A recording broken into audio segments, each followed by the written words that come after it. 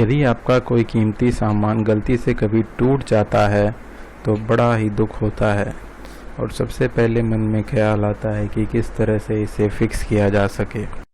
चाहे ये आपका कोई फेवरेट कप हो या ऐनक हो या फिर कोई कंप्यूटर का टूटा हुआ पुर्जा, ये सब चुटकियों में ही फेविक्विक से चिपकाया जा सकता है। मगर दिक्कत यह है कि हम लोग फेविक्विक के कोई भी ट्यूब को घर में काफ़ी दिनों तक रख नहीं सकते हैं। हालांकि 5 रुपये या 10 रुपये में ये ट्यूब आ तो जाता है, मगर एक बार इसका सील तोड़ते ही इसे यूज़ कर लेना होता है और अगर थोड़ा बहुत बच भी जाता है तो हम उसे अगली बार यूज़ नहीं कर सकते, वो पूरी तरह से सूख जाता है। परेशानी तब और बढ़ जाती है जब ड्रॉयर में रखे हुए ट्यूब को हम पाते हैं कि वो सूख चुका है और ज़रूरत के समय हमें मिलता नहीं है। तो बने रहिए मेरे साथ इस वीडियो में इसी परेशानी का हल जानने के लिए। नमस्कार दोस्तों, साइंस डेली में आपका स्वागत है। आज हम बात करने वाले हैं फेविक्विक के बारे में।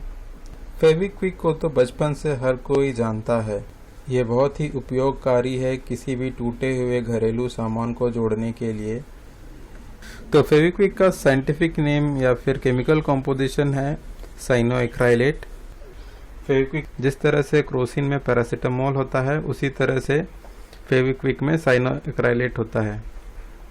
तो साइनोएक्राइलेट एक मोनोमर है जिसका संपर्क पानी के साथ होते ही एक पॉलीमर में परिवर्तित हो जाता है और ये पॉलीमर बहुत ही ज़्यादा सख्त होता है, इसीलिए हम इसे जोड़ने के उपयोग में लाते हैं। फेविक्विक एक तरल से ठोस पदार्थ बनने में बहुत ही कम समय लेता है, इसीलिए कई देशों में इसे इंस्टेंट ग्लू के नाम से भी जाना जाता है। इसे हम पावर ग्लू या सुपर ग्लू भी कहते हैं। समझदार लोग अब तक तो समझ चुके होंगे कि किस तरह से इसे रखा जाए ताकि ये काफ़ी लंबे दिनों तक टिके। तो उपाय यही है कि इसे किसी भी तरह से पानी के संपर्क में न लाया जाए। वैसे पानी तो हम डायरेक्टली नहीं लाते हैं, हवा में भी उमस रहती है और हवा में जो उमस है इसके वजह से भी इसमें ये रिएक्शन शुरू हो जाता है और ये पॉलीमर में कन्वर्ट हो जाता है। तो हवा की नमी से दूर रखने का सबसे अच्छा उपाय है कि हम इसे एक एयर टाइट डब्बे में बंद कर दें। तो एयर टाइट डब्बे में बंद करके रखने से भी हमें अच्छा रिजल्ट मिल सकता है, मगर सबसे अच्छा तरीका है कि इसे आप एक छोटे से डब्बे में बंद करके, भले ही वो एयर टाइट ना हो, इसे फ्रिज के डीप फ्रीज़र सेक्शन में रख दें।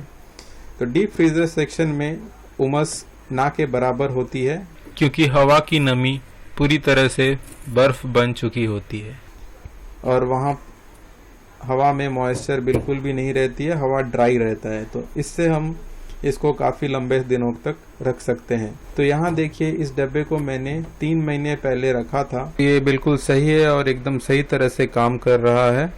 तो दोस्तों, अगर आपको दी गई जानकारी अच्छी लगी हो तो नीचे दिए गए लाइक बटन को प्लीज़ प्रेस कर दीजिए और सब्सक्राइब कीजिए मेरे इस चैनल को और अपने दोस्तों के साथ शेयर कीजिए। सब्सक्राइब करने से मेरे आगे आने वाले वीडियोस आपके होम स्क्रीन में आ जाएंगे, तो सब्सक्राइब कीजिए। बने रहिए मेरे इस चैनल के साथ फ्यूचर वीडियोस के लिए। धन्यवाद दोस्तों।